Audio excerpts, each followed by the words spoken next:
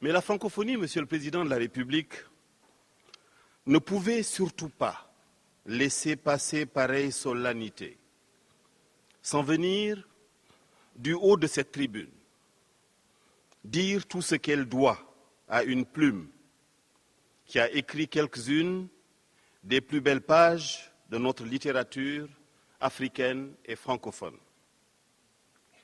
Par notre présence à ce rendez-vous du cœur et de l'esprit, l'Organisation internationale de la francophonie, par son secrétaire général, le président Abdou Diouf, tient à saluer en Bernard Dadié, une haute et attachante figure qui, membre éminent du Haut Conseil de la francophonie, qui l'a toujours inspiré, aux côtés d'autres illustres figures du monde politique, artistique, littéraire et scientifique, a apporté une contribution considérable à sa cause et à ses combats.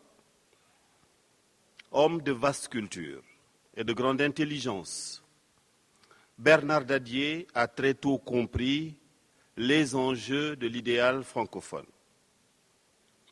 Par son œuvre et son action, il a consolidé cet espace de solidarité et de coopération, fondé autour d'une communauté d'hommes et de femmes vivant aux quatre coins du monde, sous des latitudes diverses et souvent dans des cultures différentes, mais unies autour de la langue qu'ils ont en partage. L'unité du genre humain postule la diversité culturelle et son acceptation, bien sûr. Chaque peuple est producteur de culture. Une culture qui est l'expression de son attitude fondamentale, n'est-ce pas, monsieur le professeur et historien? Cette vérité, un enfant de la terre africaine de Côte d'Ivoire l'a portée au plus profond de lui-même. Et mieux, Bernard Dadié, que vous avez choisi d'honorer ce jour, monsieur le Président, en a fait le bréviaire de sa vie. Romancier, poète et dramaturge, ancien élève de l'école du quartier de France de Grand Bassam, ancien de l'école William Ponty, au temps où elle était encore insulaire, à Gorée, compagnon de la belle et noble aventure de présence africaine. Bernard Dadié a été de tous les grands combats de son pays et de l'Afrique. Homme d'État et créateur d'œuvres de l'esprit, il s'est battu pour l'émancipation de l'homme noir et a dénoncé les exactions dont il fut victime.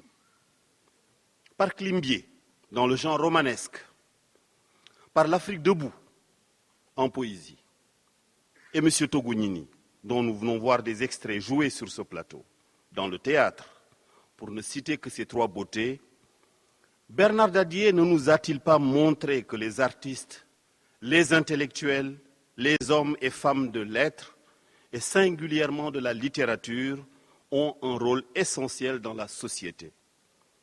Aux côtés de Léopold Sédar Senghor, Aimé Césaire, Léon Gontran Damas, Frantz Fanon, à l'image de Cheikh Hamidou Kane présent dans cette salle, de Alioune Diop, dont la distinguée veuve est également présente dans cette salle, Amadou Kourouma, à l'image des nouvelles générations d'écrivains, Bernard Dadié ne nous a-t-il pas montré que la littérature ne vaut pas par ce qu'elle dit, mais par la manière dont elle le dit? Que la littérature témoigne de l'homme, de tout l'homme, sur le destin duquel elle apporte son essentielle clarté. La littérature vaut, en ce qu'elle est, un effort d'élucidation de l'humaine condition. Monsieur le Président de la République, aujourd'hui, ici et maintenant, la Côte d'Ivoire célèbre un grand homme,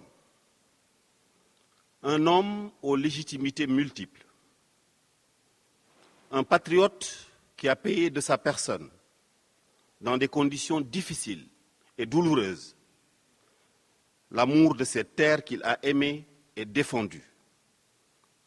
privé de sa liberté à Grand-Bassam. Il écrit carnet de prison et lit les classiques français et russes. Il lit Aragon, Gorky et Batouala de René Maran. Bernard Dadier est alors un intellectuel engagé, un poète révolté qui a tourné le dos à l'indigène évolué au service d'autres intérêts que ceux de son peuple.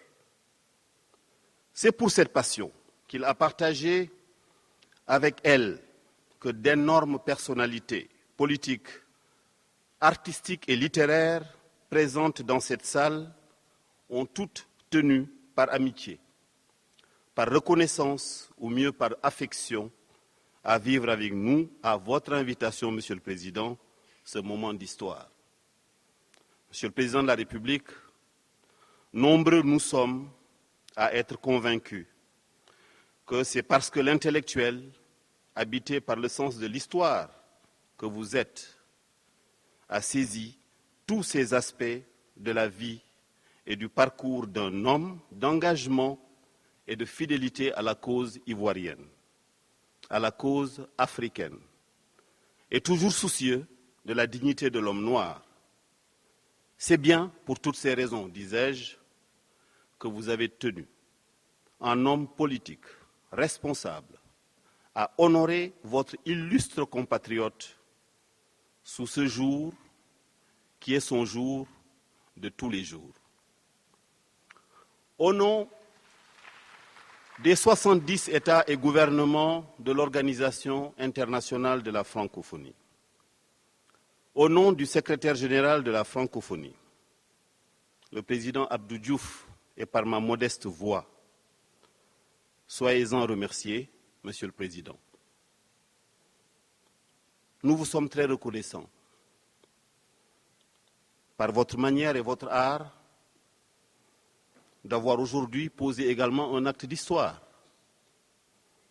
en hissant pour l'histoire et pour l'éternité Bernard Dadier au rang d'immortel par l'acte fondamental que vous avez pris en ce jour qui est son jour de tous les jours, par un décret du 31 août 2010, en baptisant ce célèbre palais de la culture de Treichville de Palais Bernard Bénin Dadier. Je vous remercie.